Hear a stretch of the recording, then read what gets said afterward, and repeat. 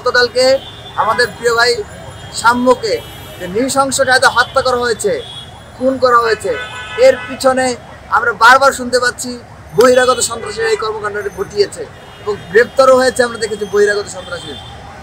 বিশ্ববিদ্যালয় প্রশাসন নতুন প্রশাসন দায়িত্ব নেওয়ার পরপরই আমরা প্রথমে যে বিশ্ববিদ্যালয় প্রশাসনকে প্রেসারাইজ করেছিলাম যে আপনারা এইভাবে, আমরা এর আগে অনেকবার আন্দোলন করেছি ক্যাম্পাসকে বহিরাগত সীমিত করার জন্য, শব্দ দূষণ মুক্ত করার জন্য, ক্যাম্পাসের একাডেমিক পরিবেশ ফিরিয়ে আনার জন্য, সেই যান চলাচল স্বাভাবিক করার জন্য এবং যানজট নিয়ন্ত্রণ করার জন্য। সেই জায়গা থেকে বিশ্ববিদ্যালয় প্রশাসন তাদের কাজ শুরু করেছে। আপনারা যদি কেউ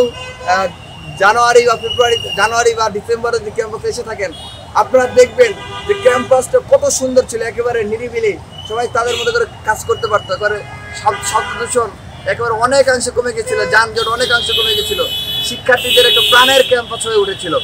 কিন্তু তারপরে আমরা দেখতে পেলাম যে কতিপয় যারা এইটাকে অপছন্দ করছে, যাদের বহিরাগত ব্যবসা বিজনেস বন্ধ হয়ে যাচ্ছে, আপনারা জানেন কারা কারা নিজেদের মিছিল মিটিংয়ে লোক ভাড়া করার জন্য বহিরাগত আনে।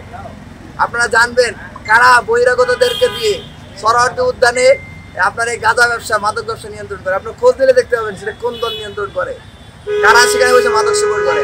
তখন তাদের যখন বাধাগ্রস্ত হয়েছে, তারা যখন দেখতে পাচ্ছে যে প্রশাসনের জন্য তারা মাদক ব্যবসা করতে পারছে না, বহিরাগতদেরকে এনে লম্বা শোডাউন করতে পারছে না, তো এই কারণে তাদের পথের কাটা হয়ে গেছে বিসি, এবং তারা নানা মহল থেকে বিসিকে প্রেশারাইজ করে বিসিকে বাধ্য করেছে যে এই বহিরাগত নিয়ন্ত্রণ এবং যান চলাচল নিয়ন্ত্রণের যে পদক্ষেপগুলো নিয়েছিল সেগুলো থেকে সরে আসতে। তখন এরপর থেকে কিন্তু এই পরিস্থিতিটা তৈরি হয়েছে, ক্যাম্পাস কিন্তু আবার মাছের বাজারের মতো পরিস্থিতি তৈরি হয়েছে। গতকালকে এরই একটা প্রেক্ষাপটে কিন্তু আমরা দেখলাম আমাদের ভাই সাম্যকে খুন করা হলো। আমরা এই খুনের বিচার চাই, কিন্তু আমাদের কথা কি হওয়ার কথা ছিল, যখন খুন করা হয়েছে সেই খুনের বিচার তো আমাদের প্রথম চাওয়ার কথা ছিল, তাই না? খুনটা হয়েছে কিন্তু ক্যাম্পাসের ভিতরে নয়, সরোয়ার্দী উদ্যানে, ওটা প্রশাসনের আওতাধীন নয়। তারপর বিশ্ববিদ্যালয় প্রশাসনেরও আমরা মনে করি তাদের ঘাটতি আছে। কোন জায়গায় ঘাটতি আছে?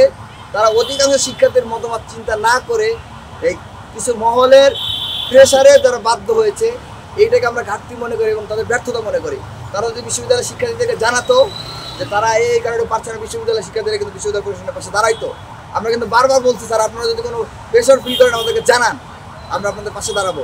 সেটা হোক ছাত্রদল, হোক বাম, বা অন্য কোনো মহল, হোক ইন্টারিম, যদি শিবির হয় বা আপনার অন্য কোনো ইসলামী দল হয় বা অন্য কোনো বাম দল হয় বা ডান দল হয়, যারাই হোক না কেন, তারা যদি আপনাকে বাধাগ্রস্ত করে প্রেশারাইজ করে আমাদেরকে জানান, শিক্ষার্থীরা আপনাদের পাশে থাকবে।